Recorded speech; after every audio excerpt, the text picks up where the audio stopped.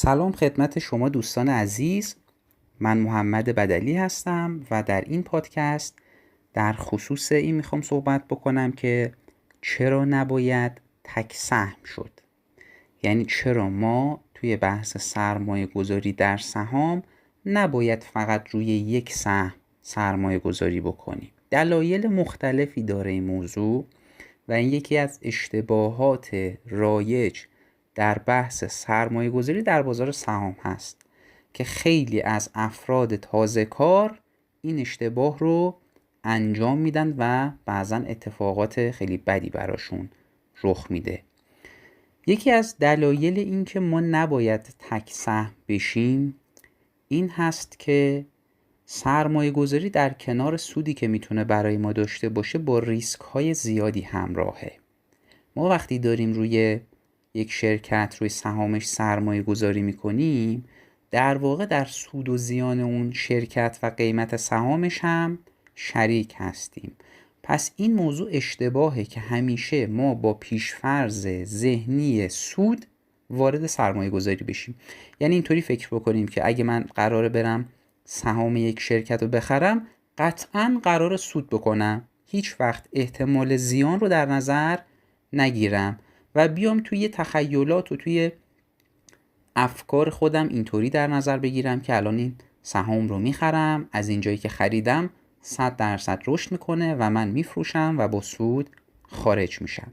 خیلی وقتا اتفاق افتاده که یه شخصی اومده یه مبلغی رو وارد سهام شرکتی کرده، 2 هفته بعد سهام اون شرکت معاملاتش متوقف شده، در اصطلاح سهام بسته شده، 6 ماه بسته بوده، پول طرف توی سهام اون شرکت در اصطلاح قفل شده، 6 ماه بعد با یه منفی سنگینی باز شده و علاوه بر این که ارزش نقدی پولش نصف شده، یعنی سرمایش کاهش پیدا کرده، 6 ماه هم از زمانش از دست داده.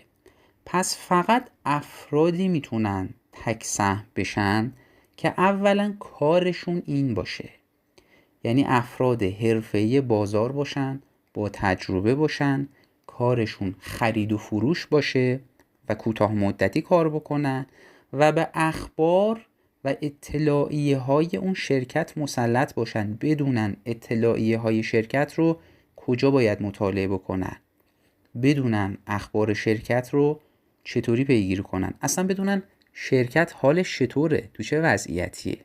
یعنی افراد آماتور، افراد تازه کار به هیچ عنوان نباید تک سهم بشن. باید از بین صنایع مختلف، از بین شرکت های مختلف چند شرکت خوب رو انتخاب بکنن و از هر کدوم مثلا یه دونه رو توی سبد سرمایه گذاری خودشون داشته باشن. مورد بعدی که باعث میشه ما به این موضوع توجه زیادی بکنیم که نباید تک سهم بشیم، بحث ریسک‌های سیستماتیک توی صنایع مختلفه. بر فرض مثال شما رفتید یک سهم رو از صنعت پالایشی تهیه کردید. حالا من اسم سهم نمیبرم.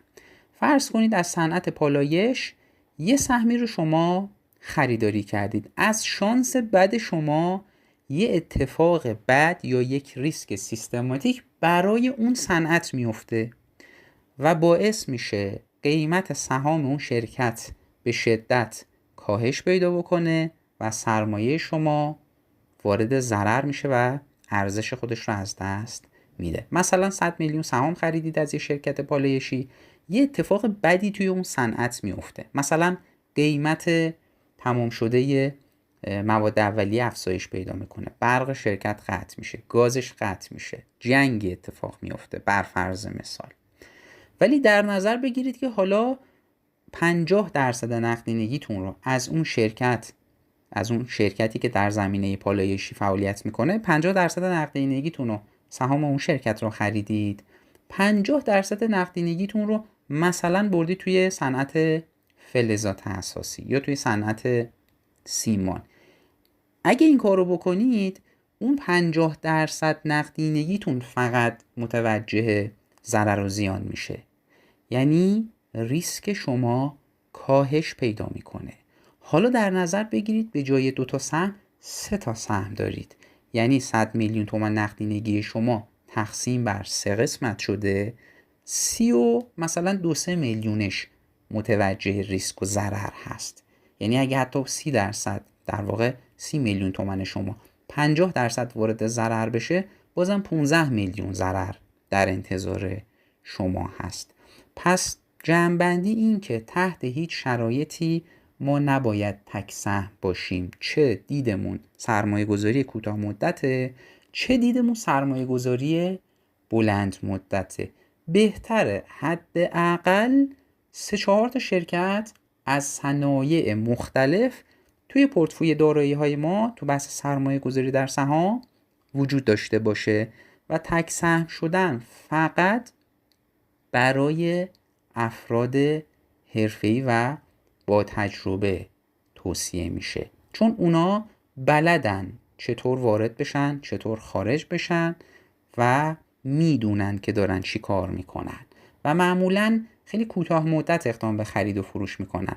مثلا یک سهمی رو میخرن، یه هفته بعد 2 هفته بعد، حالا یا کمتر یا بیشتر، از اون سهم یا اون صنعت خارج میشن. پس اگر خواستید توی بازار سرمایه فعالیت بکنید، سرمایه گذاری بکنید، چه دیدتون کوتاه مدته چه دیدتون بلند مدته، تحت هیچ شرایطی کل نقدینگیتون رو نبرید روی خرید سهام یک شرکت، بلکه از صنایع مختلف بررسی بکنید.